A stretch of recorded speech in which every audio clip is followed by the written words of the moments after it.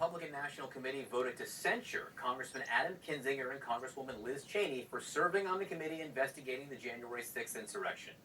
The censure resolution accused Cheney and Kinzinger of, quote, participating in a Democratic-led persecution of ordinary citizens, and this is key, engaged in legitimate political discourse. Joining me now is Republican Congressman Adam Kinzinger. He is a member of the January 6th committee. Congressman, thank you so much for being with us. You are a freshly censured congressman. How does that feel this morning?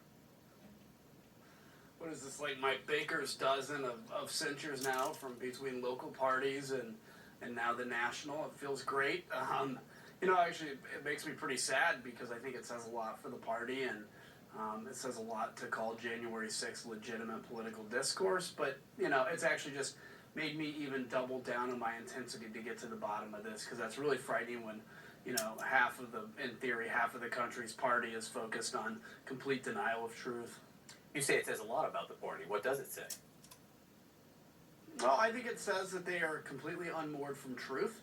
I think it shows that they have pledged allegiance to one man over any kind of principle, and they can call that like loyalty. They call that conservatism. Conservatism is no longer about what you actually believe. It's about how intensely you're loyal to Donald Trump, a rhino now, a Republican in name only, as somebody who maybe actually holds to real conservatism and not to Donald Trump. I think it shows that this party is not committed to the rule of law, despite what they say, and it's not committed to democratic principles, small d, to get, to one vote, one, counts, and whoever gets the most votes wins.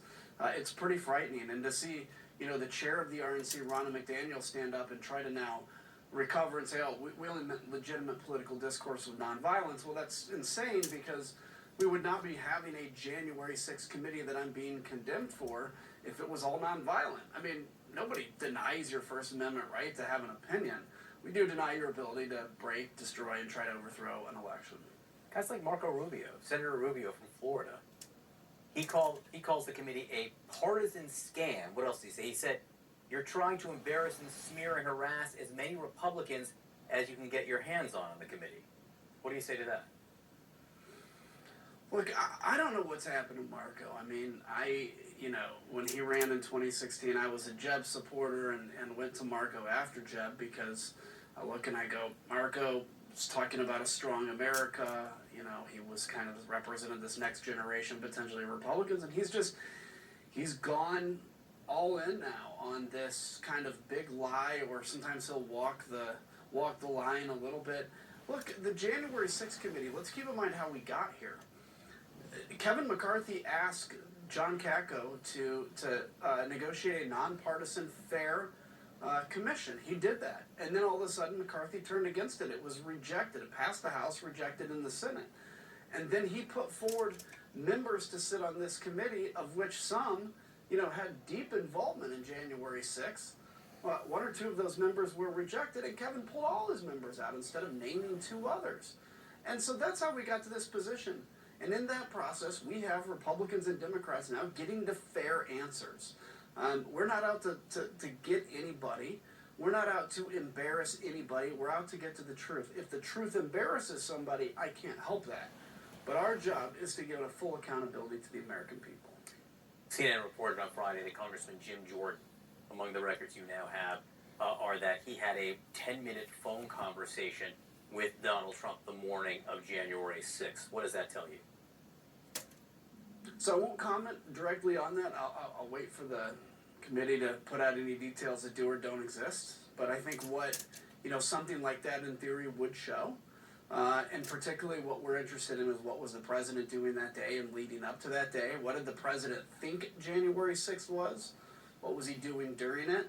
I think the question is, if this was a spontaneous act of violence of people that took the president literally, and he was only speaking metaphorically, as I think he recently said, hey, Mike Pence was just metaphoric and not real. That's one thing. But if in fact the president knew that there was a potential for violence, that actually is something the DOJ might be interested in, because it would show that he would be, maybe have some criminal culpability at that moment. I don't have the answer to that. I'm not sitting here saying we know that, but I think those are some kind of things we're interested in. The bottom line on this, John, is, I just had a kid 3 weeks ago when he's 5 or 10 and learning about history. I want to make sure that he gets a full accounting of what happened on January 6th. And I want to make sure that every Republican member of Congress, when their kids and grandkids are in school, they're going to look and be like, hey, mom or dad or grandma and grandpa, how did you vote on January 6th?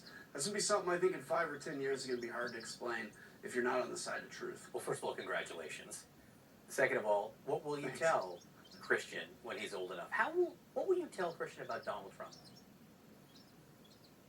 I'm going to tell him he was the worst president the United States of America ever had. He was a liar. He was a charlatan. And he was a man with a more fragile ego than anybody I've ever met, which the irony of it is he walks around like the tough guy, but he's the one that gets more offended and wounded and sad than anybody I know.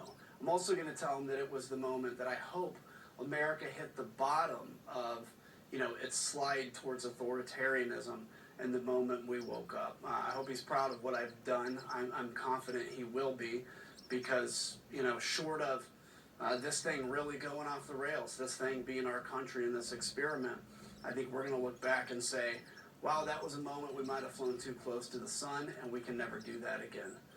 That's my hope and prayer, because if not, we're in real trouble. You say you hope those readers, hit bottom. The Republicans could gain control of the House of Representatives. Kevin McCarthy could be Speaker. What will he be like as Speaker?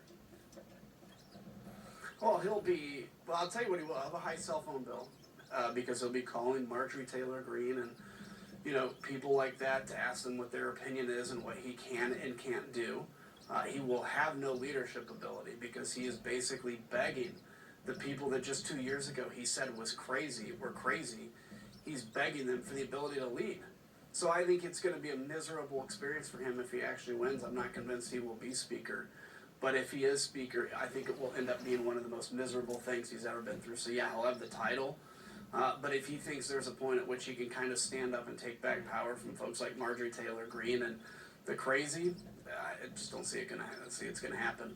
And the American people will react by throwing them out of power. So you issued a tweet about Josh Hawley, a senator from Missouri, and I want to ask you a couple things about it. I think